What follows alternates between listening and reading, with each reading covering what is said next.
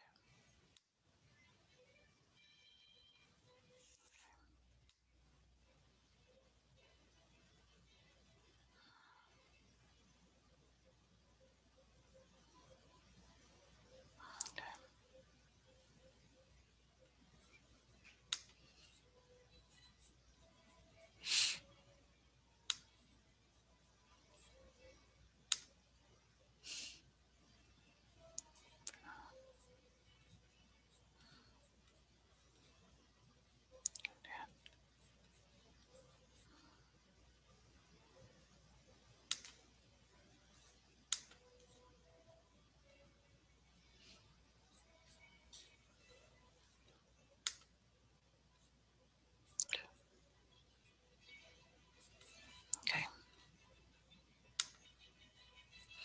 All right.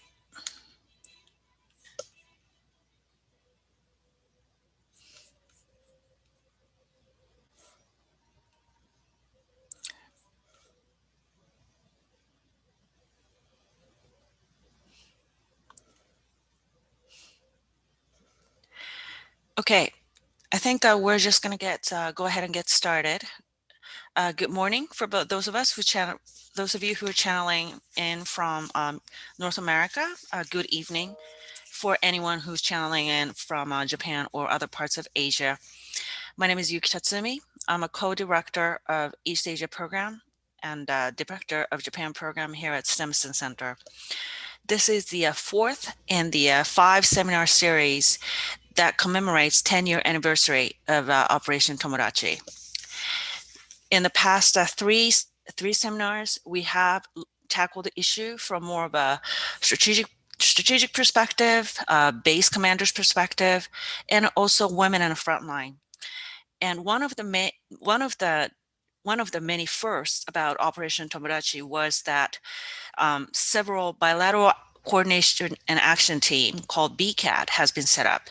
One was set up in Ichigaya, Japan Ministry of Defense headquarters. The other one was set up at Yokota Air Base, which is the headquarters of U.S. forces in Japan. But there was another third BCAT that was set up in Sendai in the Northeastern Army, which was the focal point of coordinating the bilateral cooperation in the rescue and recovery operation. I am extremely honored and delighted to have two officers who I deeply respect, who worked very closely as a counterpart at that BCAT Sendai. I'm introduced, joining me this morning or this evening, depending on where you are in the globe, is Major General Craig Timberlake, retired U.S. Marine Corps, and Major General Jiro Hiroe, who is the battalion group currently serving as a commanding officer of the 5th Brigade in Northern Army. They work together. Lake as the chief of staff of the 3rd MEF, and General Hiroe working as the chief of the International Cooperation Office at that time. They were direct counterpart as the chief on both, representing both sides at the BCAT Sendai. Couple of housekeeping announcement. If you go to the bottom of your screen, you will see a globe. If you click that, this seminar is simultaneously interpreted. So you could pick your language of your choice between English and Japanese, or you can remain it turned off so that if you would prefer to hear it in the original language. I would pose Lake and Hiroe-san 2 opening questions, and I will open it up to a Q&A. So when the time of the Q&A with you come, please click the Q&A button, not the chat button of the icon, to type in your question. I'm only monitoring Q&A box during the Q&A, and I will not be able to follow chat. So if you do like to ask these gentlemen a question, please do use the Q&A. So with that, welcome Hiroi-san, welcome Lake. Let me go straight into the question. So my first question to both of you is, what were some of the biggest challenge you each had from your side as you were setting up BCAT Sendai? I will start with you, Hiroi-san, and then I'll go and then I'll ask Lake to follow. Yes, thank you, Yuki-san. Thank you very much for hosting the wonderful event on Operation Tomodachi, which is one of my most memorable and unforgettable operations through my over 30-year military career. And I really appreciate also Japanese Embassy for co-hosting this epoch-making webinar. And I'm very, very happy to talk with General Craig Timberlake.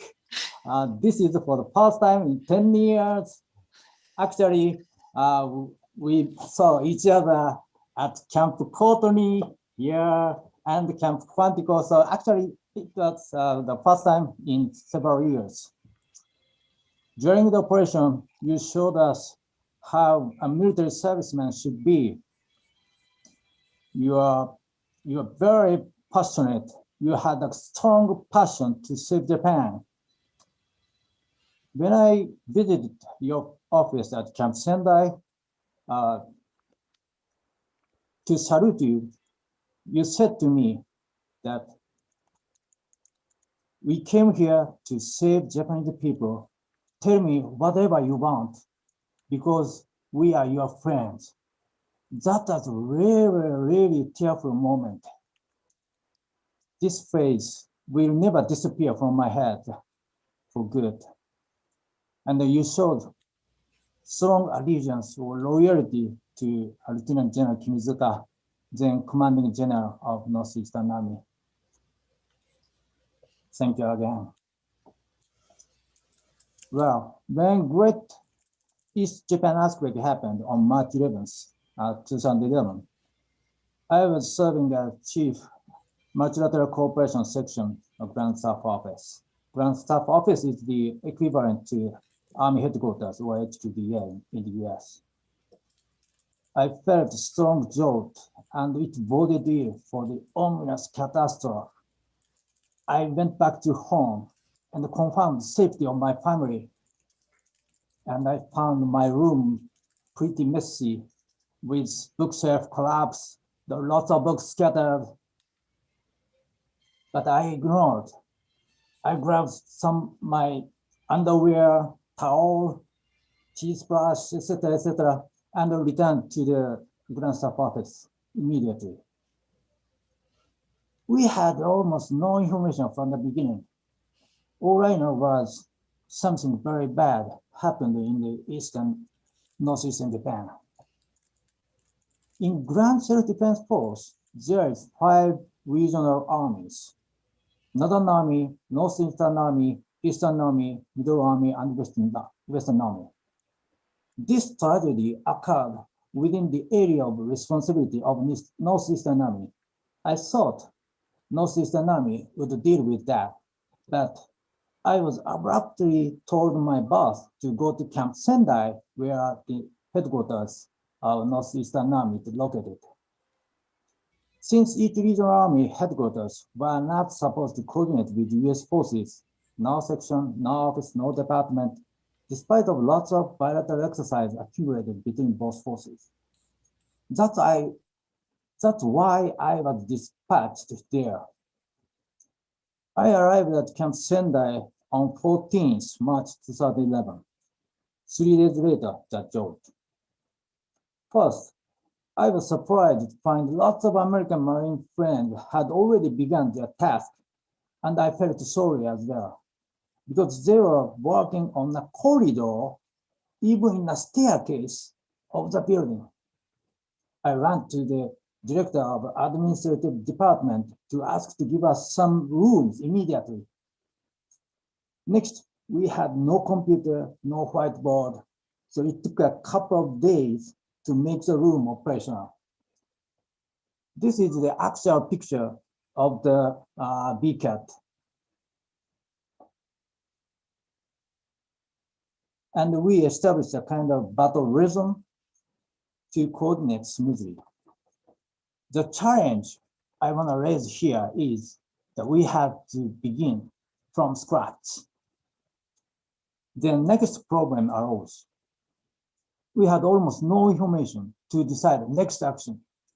In the first week, there was news broadcast, statistics of death toll came in, but we didn't know where we should go, what we should do. That made us very nervous and make US friends frustrated. That could made them suspicious that we are hiding information. Of course not, but that was a moment I don't want to repeat. After a week or so, some useful information started coming in. We translated those information one after next to restore the friendship. That was enormous and a Herculean task. I couldn't sleep well like this. I was sleeping. But what made me happy through this operation, then Colonel Timberlake invited me to US only meeting. That was amazing. After this, we completed our mission one after next, such as Tomodachi delivery operations, in which US forces transport supply goods by helicopters from US Navy vessels to some dropping points where Japanese ground self-defense force vehicles receive them and deliver to evacuation centers. Another helpful operation was shower setting up near the evacuation center. And the most notable operation was debris clearing operation in Oshima Island. As I don't have enough time to cover all those operations, I want to introduce you a photo book which carries our over 420 photos of Operation Tomodachi. That was really good. Lastly, I want to point out here is that we are not able to share information by picture.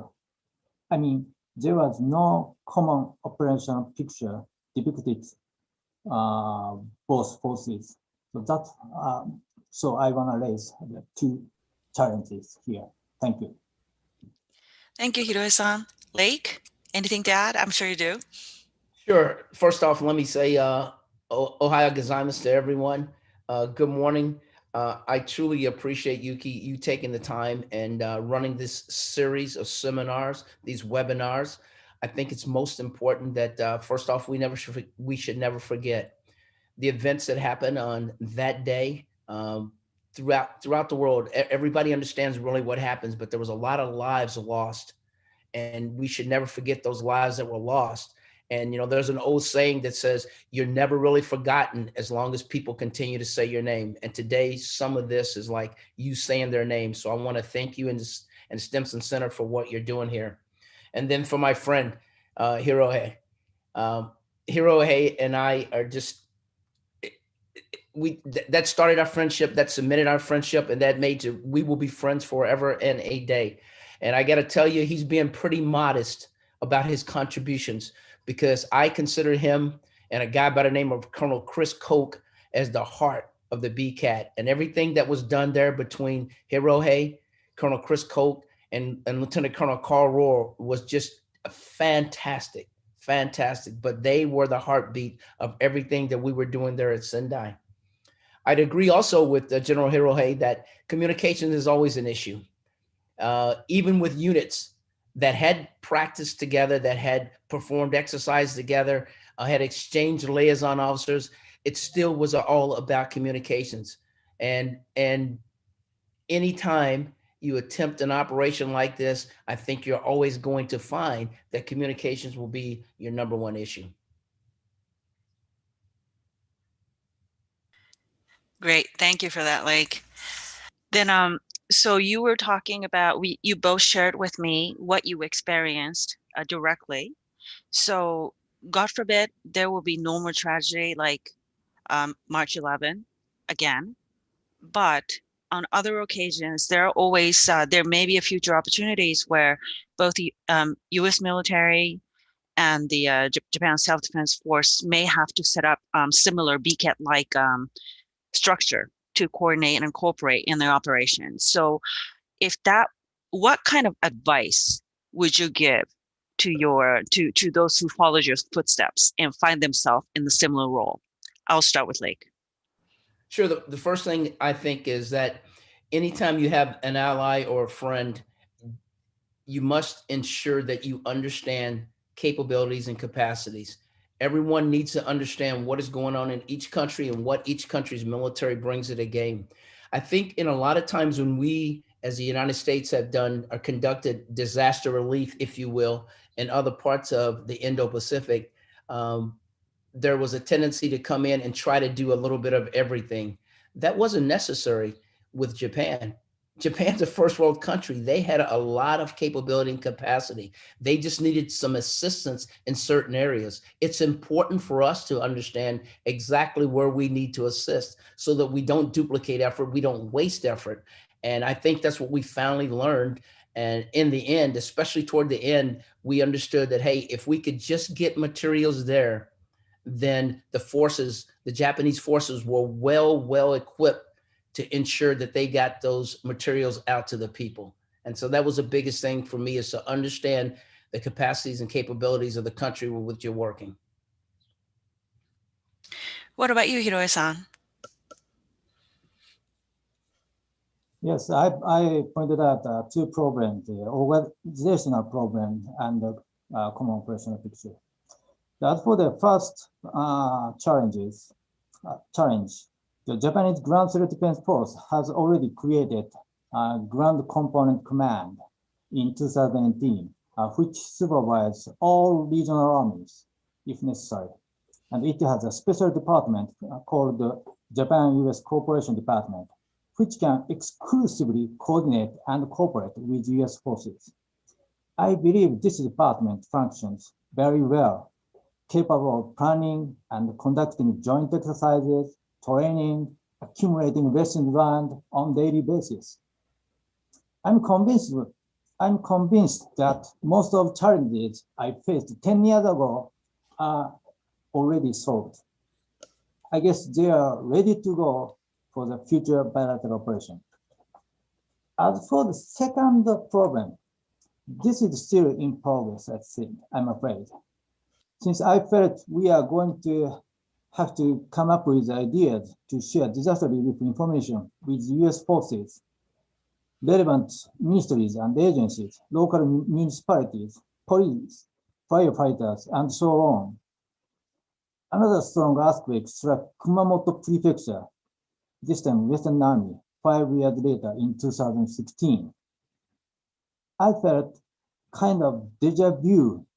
There was no cop again. There was lots of misstatement, misunderstanding, misperception, and ensuing correction and confusions.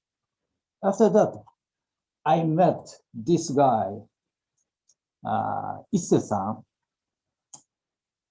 who invented a super disaster relief information sharing system called Sharing Information Platform for Disaster, or SIP4D, which enable us to share each such information, where roads are snarled up, which bridge was broken down, where evacuation centers were set up, what kind of items evacuees need.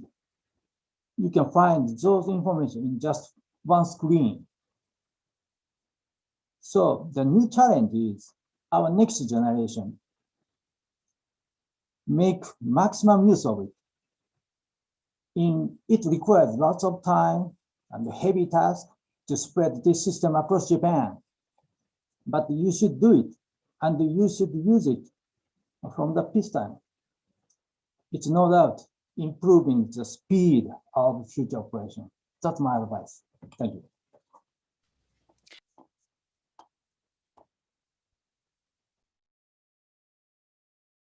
Sorry, I muted myself. Thank you. I would go straight into a question and answer from this point on. So for those of you who are channeling in, start typing. I would try to pick up as many questions as you are. So actually, the first question comes from Ise-san that Hiroe-san just mentioned. And I think his question, I guess it's to both of you, is that if he would like the types of information that Hiroe-san introduced about sharing the disaster information with U.S. forces as well, where would you suggest that he would contact, or where would be the a good point of contact for something to basically let them know that these systems are out there for them to tap into if need be? I think I would ask, I think you would probably have to go through a self-defense force first. So I would just ask Hiroe-san first, and then Lake, you have any suggestions on the American side. So Hiroe-san, please. Yes, it's true that it requires a tenacious effort to spread, to prevail those systems. So anyway, you know, you will have to contact to the local municipalities or relevant agencies. But I think the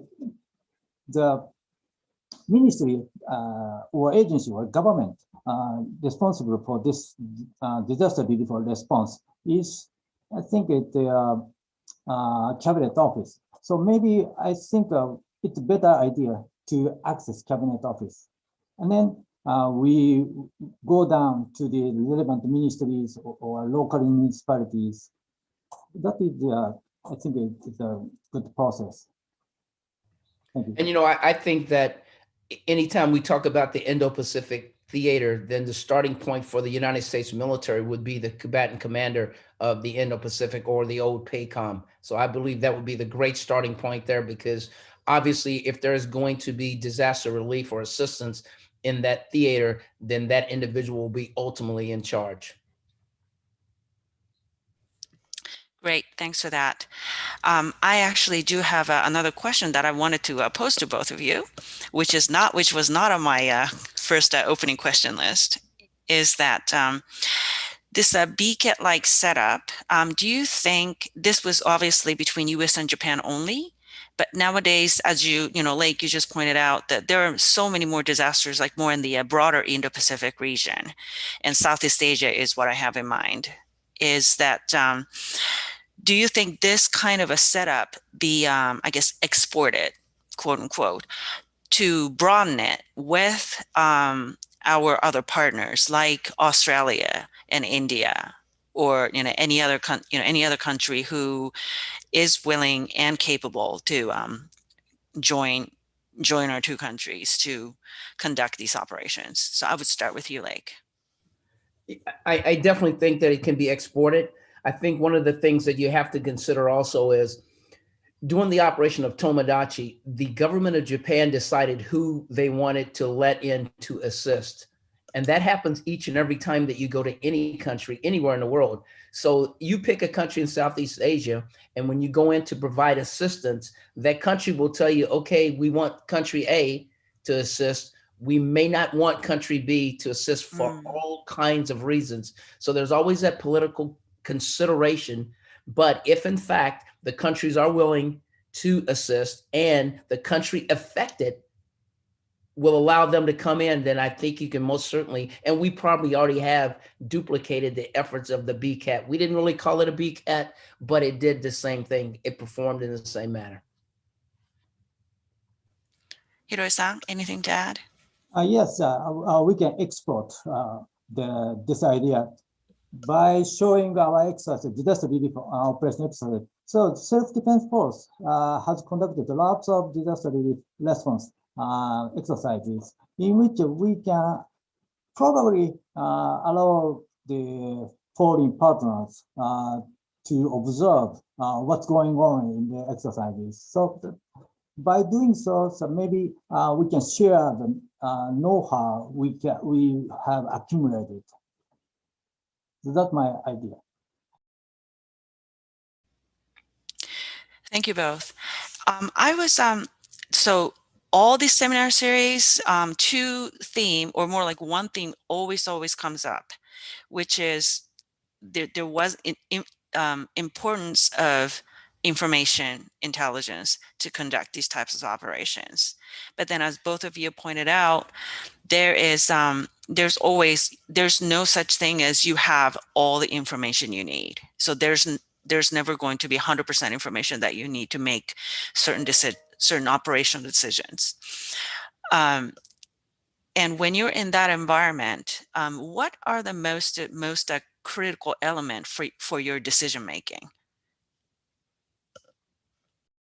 I think in an environment like that, the most critical element is really got to be the intent of the commanders, the individuals that are in charge. What are they trying to do? And if you can ascertain what the commander's trying to do, and then you start plotting toward making sure that happens, the information that comes in might cause you to change course a little bit, but normally it won't cause you to change course completely. And if so, of course, you will have a plan and you'll be able to react. But if you can understand your commander's intent in operations like this, then I will tell you that's the biggest assistance that you'll get. And I'd like to use an example here. And I know, and I think Lieutenant General Ken Gluck is in the audience here today. And General Ken Gluck was my boss at 3 Meth. And he called me in after the disaster itself, and his parting commander's intent to me, the last thing he left me with was, hey, Lake, get north and do good. And that may sound simplistic, but it was the best advice in the world, because what he was telling me was, you get north, you see what needs to be done, and you start doing what you think is right, and I will support you.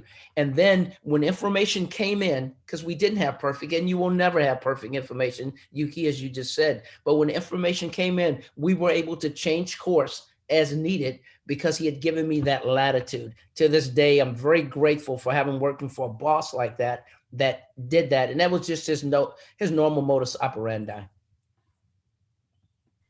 Hiroi-san, anything to add? I think it's important to duplicate the intelligence source. In the case of the Operation Tomodachi, the liaison officers did a great job to communicate between the US forces and the Japanese forces. So that was really good. And I concur also to the General Timberlake about the commander's intention. So in the BCAT, in the Japan team, we did kind of the middle-up decision-making system.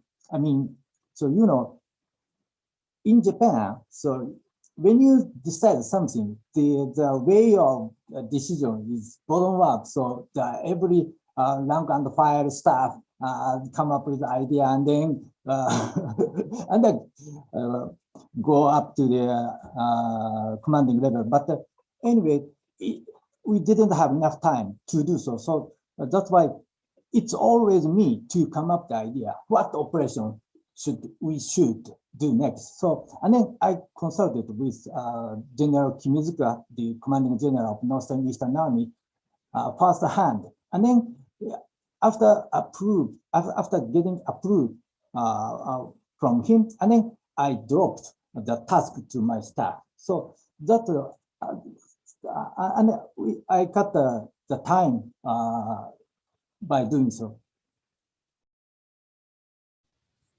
Thank you, Hiroi-san. Actually, like, funny you mentioned General Gluck, because the next question is coming in from Ken. Ken, good morning, thanks. So this question is to both of you. How did you keep your higher headquarters informed on your activities? And was those communication connectivity successful? I would start with Lake again then. Sure. So the most common way for me to keep my boss, Lieutenant General Gluck informed was simply to, at the end of the day, to actually have a webinar, if you would, a Zoom meeting. We didn't call it webinars or Zooms back then, but we did have a video conference at the end of the day. And then I was able to tell him not only what had happened during the day, what we had planned to do tomorrow, and any additional help that I needed from him. So that was my opportunity to say, hey, boss, I need this, that, and this going forward. We were able to accomplish this, that, and this is what I think will happen tomorrow. And that's the way I was able to keep him informed. And it worked for us. It worked for us. And again, I have to tell you, it worked for us because from the very beginning, his guidance to me was pretty much carte blanche. Get up there, find out what Lieutenant General Kimazuka needs, find out how we can assist the Japanese people, and let's get it done. So it was pretty simplistic, but it works every time like that. Hiroi-san, looks Yes, like US and Japan has a major difference in the decision-making style and the informing style.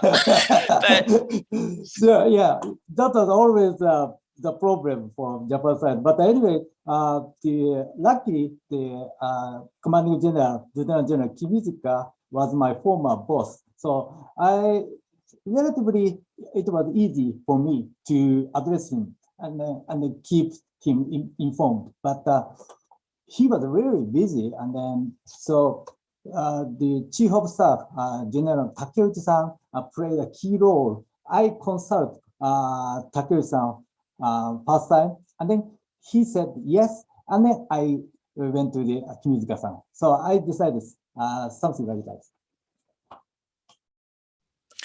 thank you. I think this is next question comes in. I think this one is for probably primarily for Hiroi-san, that U.S. military can stand ready and get mobilized for disaster operation like this anywhere in their theater within the matter of hours. If Japan committed, and can Japan do the same thing? I think it's the short version of the question, because it's it oftentimes Japan does, as you say, a lot to help countries within the in the Indo-Pacific to better prepare for the disasters. But if they need to mobilize and do that too in person, can they get moving within the matter of hours and get there within that critical 48, 72 hours time frame? Yes, the two different organizations between the 2011 and now. So we created Ground Component Command, which supervises all the armies, all the regional armies, first hand. And another one is the Amphibious Brigade. So 10 years ago, we didn't have that amphibious function. But anyway, this brigade, we conduct the amphibious operation. I mean, so when I accompanied Lieutenant General Kimizuka to USS Essex by helicopter to say thank you to the 7th Fleet, US Navy, on 31st March, we had lunch, talked, and went around a little bit, but we were not able to return to the headquarters due to bad weather. Luckily, I was able to observe an operational meeting conducted between the 31st MEU and the 7th Fleet, which was discussing next day's operation in Oshima Island. As we had asked to the 3MAC to clear debris on the island, I thought that would be a simple operation, but actually it's not. What I saw was a real amphibious operation. Marines and sailors are discussing side by side, face to face. It was amazing. They decided the landing time, taking the high tide into account. At that time, just ground self-defense force didn't have any amphibious unit. Currently, you have an amphibious brigade, but 10 years ago, that was pretty shocking scene. So I think this kind of experience would be good for the future operation for the ground self-defense force. So anyway, the ground component command and amphibious capability, that will be the key for the next operation. Thank you. Next question is from Lieutenant General Owe, who formerly a Japan Air Staff Defense Force. This is a question posed to both of you. So BCAT-like setup and a joint operation is obviously not only necessary for disaster relief like this, but then also there are more kinetic situation potentially over, for example, within the East China Sea area, or could even involve Taiwan Straits. So if you think about disaster relief operation like Operation Tomodachi, but more of a potentially kinetic types of operation, what are the key differences in your mind for US-Japan collaboration or joint operation? I'll start with you, Lake. You know, I'd like to take a little bit of different angle on that question. And I think rather than talk about the key differences, I think what humanitarian assistance, disaster relief operations do for us is it allows us to develop SOPs that you can then use in a kinetic situation. If you get the basics of operating together in a combined or joint environment, it will work in a kinetic or a non-kinetic environment. And of course, you want to practice it in a non-kinetic environment so that you can be ready for when things do go kinetic. So in my mind, continuing to do what we're doing between the two nations and in any nation that we consider an ally is going to assist us when we go further down the line. If we ever talk about operations themselves, and Hirohi mentioned an amphibious operation, that is the hardest thing to do. It's the hardest operation you will ever try to do. And it takes a lot of practice. It takes a lot of liaison officers. It takes a lot of SOPs and procedures that everyone gets to know. And once you do that, though, then you can go from a non-kinetic environment to a kinetic environment. It won't be easy, but it will be doable. How about you, Hiroi-san? Anything to add? Yeah, there are lots of answers, but anyway, I want to touch upon just one thing. So if we deal with the secret information or not, in disaster relief operation, we had almost nothing to hide or to keep it confidential. But in the kinetic operation, maybe there are lots of information that we should keep secret. So that's the difference between the both situations. That is a good point of the level of confidentiality of the operational information. Both of you mentioned communication issues that somehow is always somehow get in the way. If you can elaborate what types of communication gap / issue or challenges you had, maybe you start having less of that as the operation goes on. But what are some of the types of the communication gap or issue at the first days of the BCAT? I'll start with Hiroi-san next, and then I will ask Blake to follow. I probably mentioned, but anyway, so we have a concept to share the information by voice or paper. So that point we should change, because if you can share the information on the screen, on the other common operational picture, you can update the latest information. You can get the latest information by everyone on the real-time basis. So that would be a much better to share the information among the relevant people. Lake, what about you? What types of communication gap did you have to overcome? Well, first of all, of course, there was a communication gap in that the Japanese were speaking Japanese and the Americans were speaking English. That was the first one and probably the hardest one to overcome. But then there were also terms that each military would use, and though they sound the same, they mean different things for each military. For some, an amphibious operation might in English and on the American side encompass certain things, and then on the Japanese side it might encounter certain other things. So you got to make sure that you understand that when you're using terms, that there's a commonality, that everybody understands what that term means for both sides. If you can do that, great. But in the beginning, it's very, very hard to do. That is an excellent point. Next question comes from Joe Ross, who is a graduate school student at the George Mason University. As both of you know, Alliance Coordination Mechanism, ACM, was a major highlight of the U.S.-Japan Defense Cooperation Guidelines that was revised, updated, and reissued in 2015.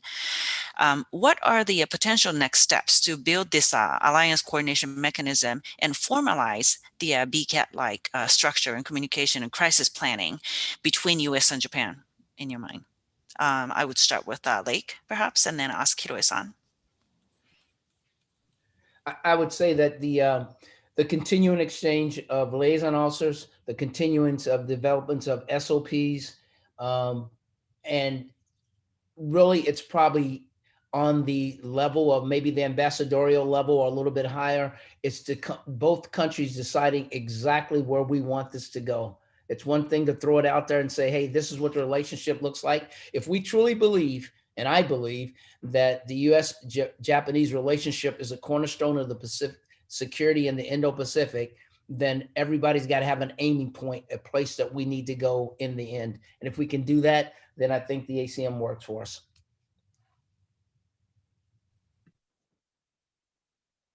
Hiroe-san?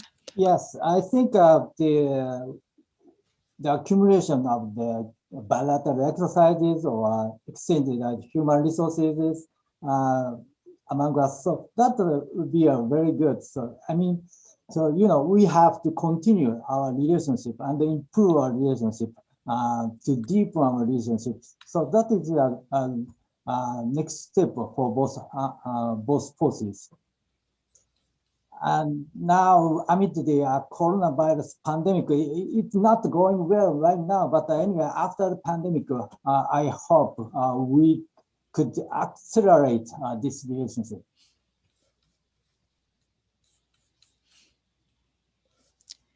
Thank you.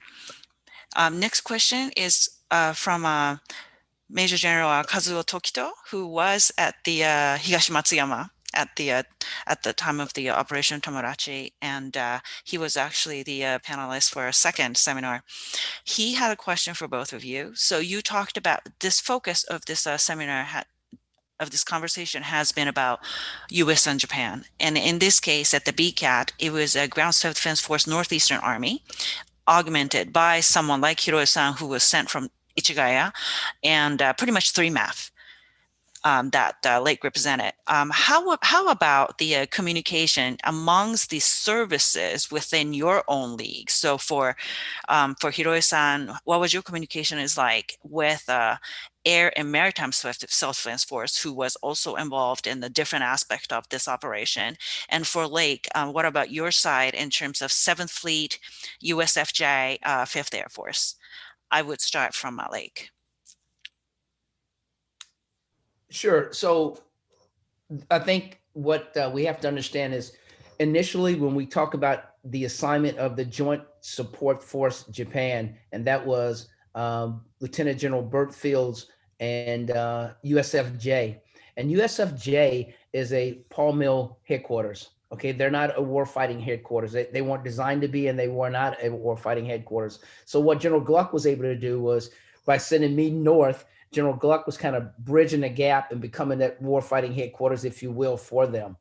I think our communications worked fairly well, simply because we had been used to communicating on the American side with those individuals on a routine basis. So there was always communications, there's always exercises, there's always things that we had done to improve the communication between the groups like 7th Fleet, USFJ, 3MEF, and Pac Fleet and even Paycom. So I think we were okay on that, and I think we did a fairly good job of communicating once we established relationships. In other words, when USFJ was no longer in charge, but it was more like JTF 519, and then when General Gluck took 5 JTF 505 and they became Pacific Passage, and they had another mission to do, then I think we understood each other and we communicated well. Hiroi-san, what about you? What about your side? Yes, that was another challenge, another big challenge. So the first, I brought some staff from Grand Staff Office. So the BCAT consists of only the Grand Staff Office members. But you know, the Northeastern Army was upgraded to the Joint Task Force. That means it supervises also the self-defense fleet and the air defense command. So anyway, we need the staff from the Maritime Self-Defense Force and the Air Self-Defense Force. So I asked the Ichigaya to dispatch the Marine officers and Maritime Self-Defense officers and the Air Self-Defense officers. As a result, I got very powerful staffs like this. So, you know, he is the Air Self-Defense Force staff, and he is Maritime Self-Defense Force staff. So BCAT became the joint coordination center eventually. So that's a challenge, but yes, now that was really good. Thank you. I've often get this comment from US and Japan. They worked great, but then if we had a bigger problem coordinating amongst ourselves, so it was reassuring to see that picture. Next question comes from Mizuiwa-san, who's the Air Self-Defense Force. This is maybe primarily to question to Hiroi-san, but I would also like to ask if Lake has something to add. How do you, since you're a signal communication officer in your MOS, how do you think at this day and age, advanced, high-powered like data, like AI, can be integrated into this types of operation? How can we I guess take the best, make the best use of these high-powered automated analysis resources such as artificial intelligence and other technologies? Yes, I think AI is highly useful in the military operation, of course. And then maybe you can monitor or control of the networks, and then you can check if we are attacked by the cyber guys or hackers, etc. And then also maybe you can transport. You can use the AI to support logistics. Maybe so you can make the logistics support very efficient by using the AI. And another idea is that you can use the the facial recognition technology to integrate to separate the adversaries and the friendly forces, etc. So maybe lots of useful ideas, I think. I'd agree that there's a place for AI. I just think that we need to always understand the limitations of AI. And in the end, there's going to have to be that human inserted in the chain somewhere. And probably at the final decision point is where that human has got to be integrated into it. Yes, that interface of to what extent you would let AI do its job, and then to what extent when the human actually comes into that decision chain. I think it is one of the challenges that we continue to tackle. Next question is a little bit different question. Operation Tomodachi and a BCAT experience for both of you are very different from some of the operations that you've done in the past in an expeditionary way, in the sense that you have actually your own family maybe feeling that impact as you need to deploy and conduct your operations. So obviously, as a as both of you who were in charge of those operations, how did you make sure that your soldiers were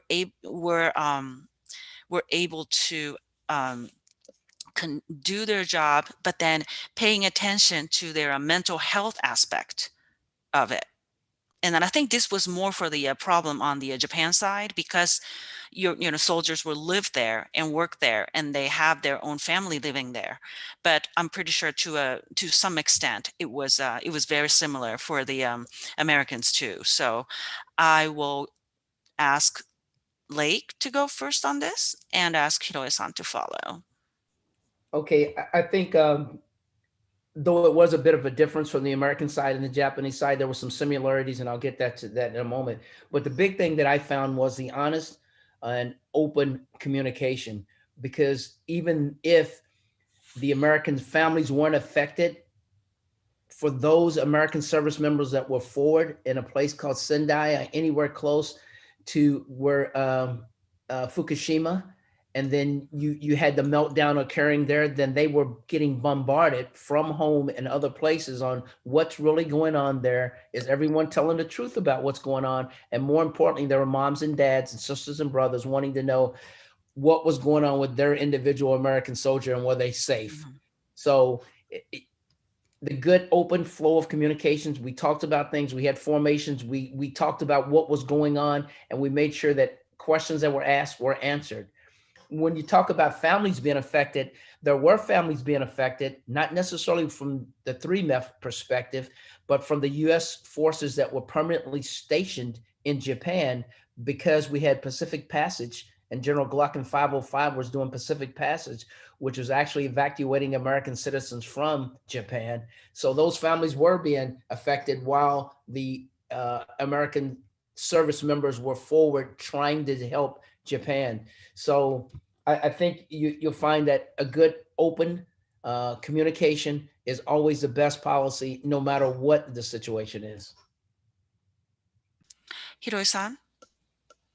Yes, I'm not familiar with the reality, but I hear that there are some native homes of the some self-defense force members were damaged, and then some of the members have suffered from the mental disorder or depressing. But I think in the ground self-defense force, we have the very good system to check their mental health situation, the emotion, feelings, anger, complaint, etc., etc. So those opinions are recovered on regular basis. So I think at that time the Grand Staff Office must have checked all the mental health situation. So I think that functioned very well. So listening to both of you, the open communications and the regular check-in sounds like it's a to sustain or maintain the address the mental health issues for those who are involved in operations. So this hour goes by quickly.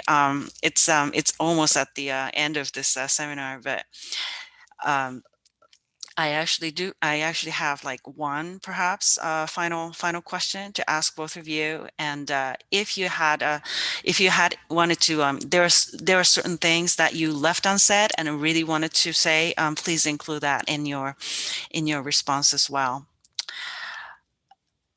What is the biggest lessons learned that you each took out, walked away with, by involving this deeply in the Operation Tomodachi? I would start with Hiroe-san and and then I guess my auxiliary follow-up question to that is, how would you share the lesson that you personally picked up with your colleagues who may have the opportunity to be being involved in something like this again? Start with Hiroe-san and then ask Lake to close.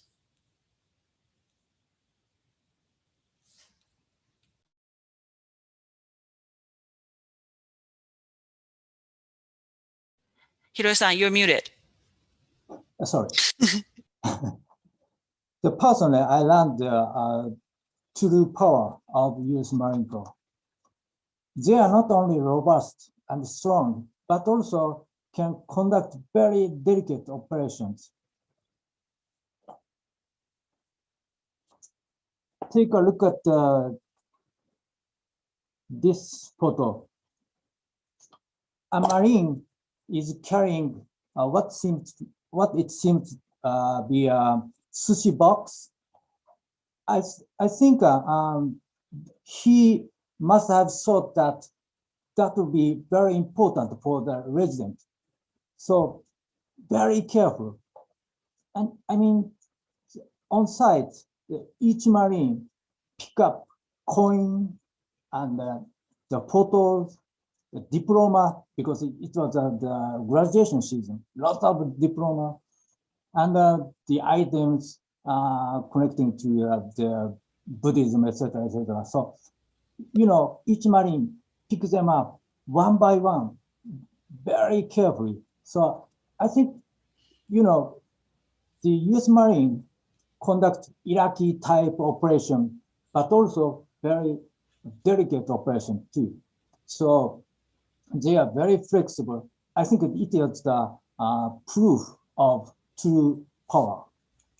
And then I think as for the sharing this experience or the lesson learned, you know, the Ground Self-Defense Force created another big organization or training and education,